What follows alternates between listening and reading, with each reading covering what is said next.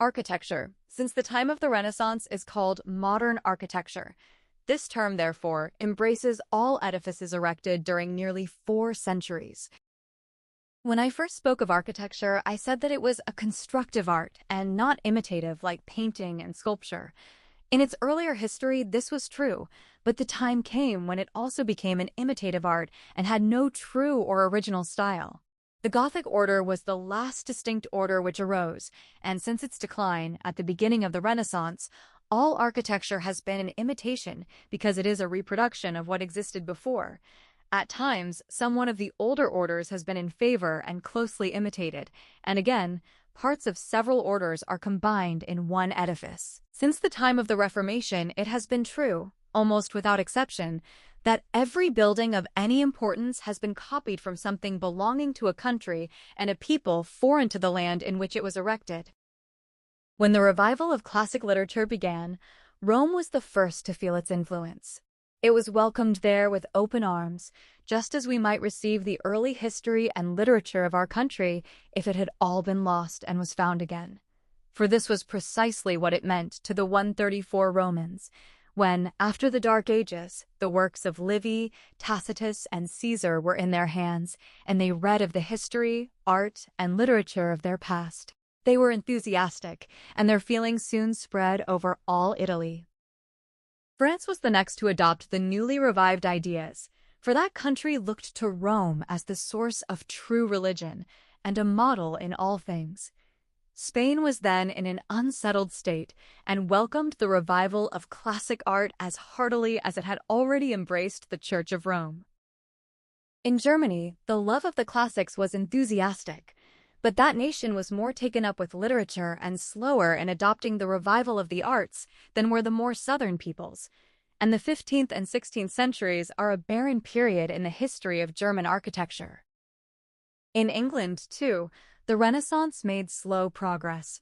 It was not until the time of Charles I that any influence was felt in Great Britain from the revival of classic taste, which was so well established on the continent. As it is true that no new order of architecture has arisen since the time of those of which I have already told you, I shall try to make you understand something of modern architecture by speaking of certain important edifices in one country and another, with no attempt at any more detailed explanation of it. Italy. We cannot say that the art of the Renaissance originated in one city or another, because the movement in the revival of art was so general throughout Italy. But Florence has a strong claim to our first consideration from the fact that Filippo Brunelleschi was a Florentine and did his greatest work in his native city, and on account of it has been called the father of the art of the Renaissance. He was born in 1377, and from his early boyhood was inclined to be an architect. The Cathedral of Florence, which is also called the Church of Santa Maria del Fiore, had been built long before, but had never been finished by a roof or dome. Brunelleschi was possessed with but one desire, which was to complete this cathedral. He went to Rome and diligently studied the remains of classic art which he found there, and especially the dome of the Pantheon. Returning to Florence, he took measures to bring his plans before the superintendents of the cathedral works. He was ridiculed and discouraged on every hand, but he never gave up his hopes, nor lessened his study of the ways and means by which the dome could be built. Thus, many weary years passed by. Brunelleschi made drawings in secret, and from these he constructed models in order to convince himself of what he could do. At last, those who had authority in the matter were ready to act, and a convention was called, before which the architects of different nations appeared and were requested to explain their theories of what could be done to cover the cathedral. Many artists were assembled, and various plans were shown, but after all had been examined, the work was given to Brunelleschi, and he was happy in finding that the years he had devoted to the study of the dome had not been spent in vain. It was on this occasion that Brunelleschi refused to show his models, and when the other architects blamed him for this, he asked that some eggs should be brought, and proposed that he who could make an egg stand upright on a smooth piece of marble should be the builder of the dome. The others tried to do this and failed. At last, Brunelleschi brought his egg down on the marble with a sharp tap and left it standing erect. Then all exclaimed, "Oh, we could have done that if we had known that was the way."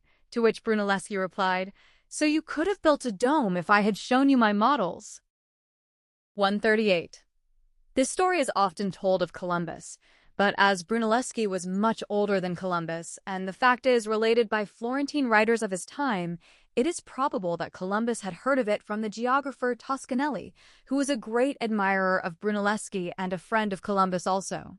In building the dome, Brunelleschi encountered great difficulties, but he lived to be assured of his success, for at his death, in 1444, it lacked but little of completion, and all the parts essential to its perfection and durability were finished. This is the largest dome in the world, for though the cross on the top of St. Peter's is farther from the ground than that of Florence, the dome itself above the church is not as large as the dome of Sto. Maria del Fiore. This work made Brunelleschi's greatest fame, but he was the architect of many other fine churches and of secular buildings also. Among the last, the Pitti Palace, in which is the famous Pitti Gallery, is one of the most important. When you go to Florence, you will see a statue of Filippo Brunelleschi, which is very interesting, on account of the way in which it is represented and the position in which it is placed. It is on one side of the piazza of the cathedral. He is calmly sitting there with a plan of the church spread before him on his lap, while he lifts his head to look at the great dome as it stands out against the sky, the realization of all his thought and labor during so many years. The Church of St. Peter's at Rome, which is the largest and most magnificent of all Christian temples, was begun about 1450 and was not brought into its present form until about 1661, or more than 2 centuries later.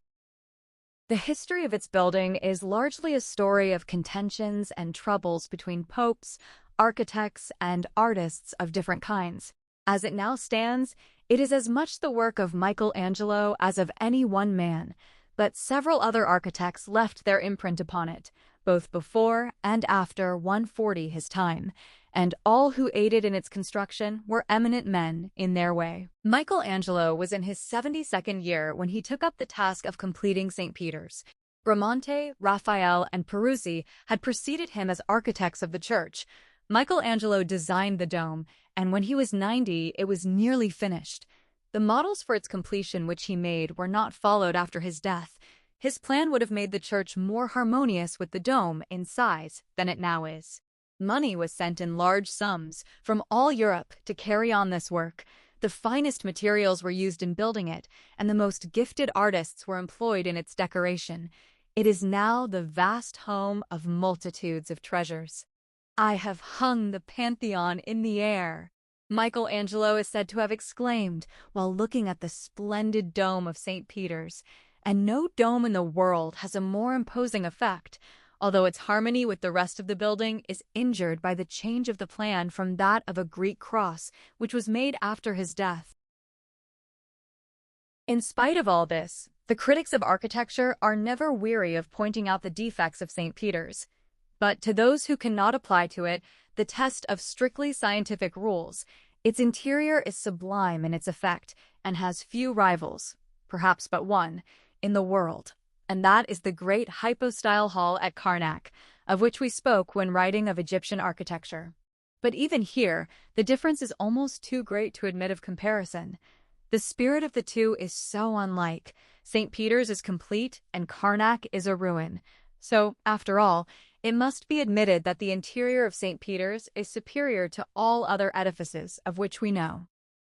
From the time of the beginning of the Renaissance, about 1420 to about 1630, the architecture of Venice was going through a change and finally reached such perfection that during the next half-century the most magnificent style of architecture prevailed, which has ever been known there. We mean to say that the whole effect was the grandest, for while it is true that the edifices of that time are stately and striking in their appearance, it is equally true that their form and ornamentation are not as much in keeping with their use as they had been in older edifices.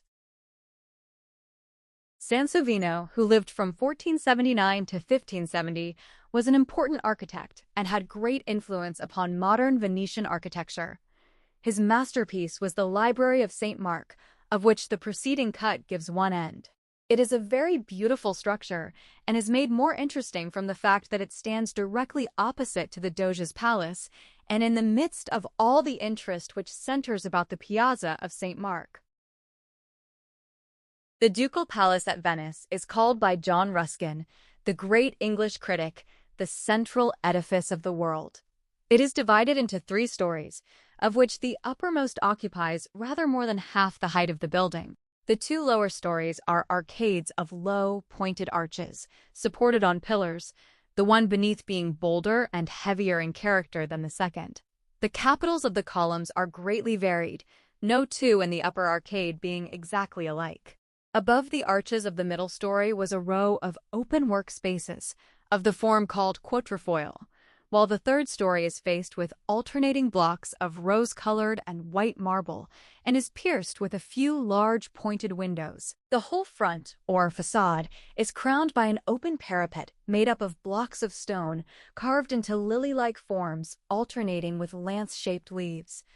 The whole effect is one of great richness and beauty, especially since time has mellowed its color and softened without destroying the whiteness of its marbles.